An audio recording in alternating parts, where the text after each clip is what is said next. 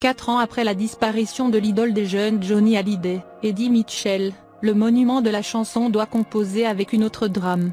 Un deuil très difficile à vivre pour le chanteur de couleur Mentalo qui vient de perdre un ami de longue date, il y a quelques jours.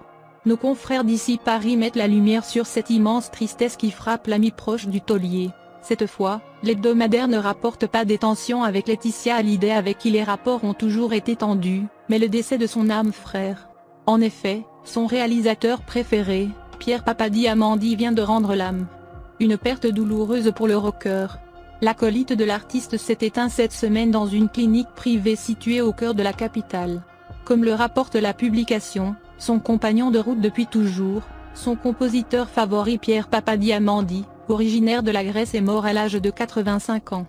Il laisse un Eddie désemparé et anéanti par le chagrin. Le défunt est décédé dans un hôpital parisien le 22 mars dernier. Nos confrères ne donnent cependant pas de précision sur les circonstances de la mort. J'apprenais le piano classique et le jazz. Parmi tous les rockers qui ont marqué la chanson française, Eddie était mon préféré avant même que je ne fasse sa connaissance. Confesse Pierre Papadiamandy à l'occasion d'un entretien pour Le Parisien. Eddie Mitchell de son côté souligne, Pierre était réservé. Il avait mis du temps avant de me suggérer une mélodie. Je suis toujours sidéré par son aptitude à se renouveler en permanence. Le regretté rocker a d'ailleurs écrit un morceau en hommage au taulier qui figure dans l'album d'Eddie Mitchell. À ce propos, l'artiste précise, un titre fabuleux, simple et émouvant. J'ai mis 2 ans pour écrire les paroles. Nos sincères condoléances à la famille et aux amis du défunt.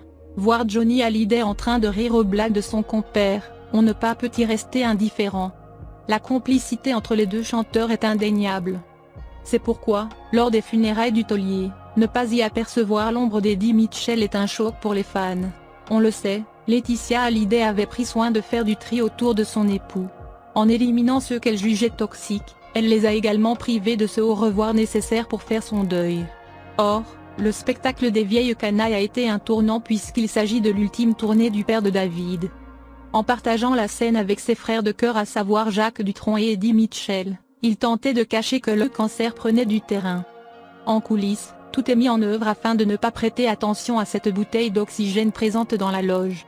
Si le staff avait su, il aurait peut-être réagi différemment.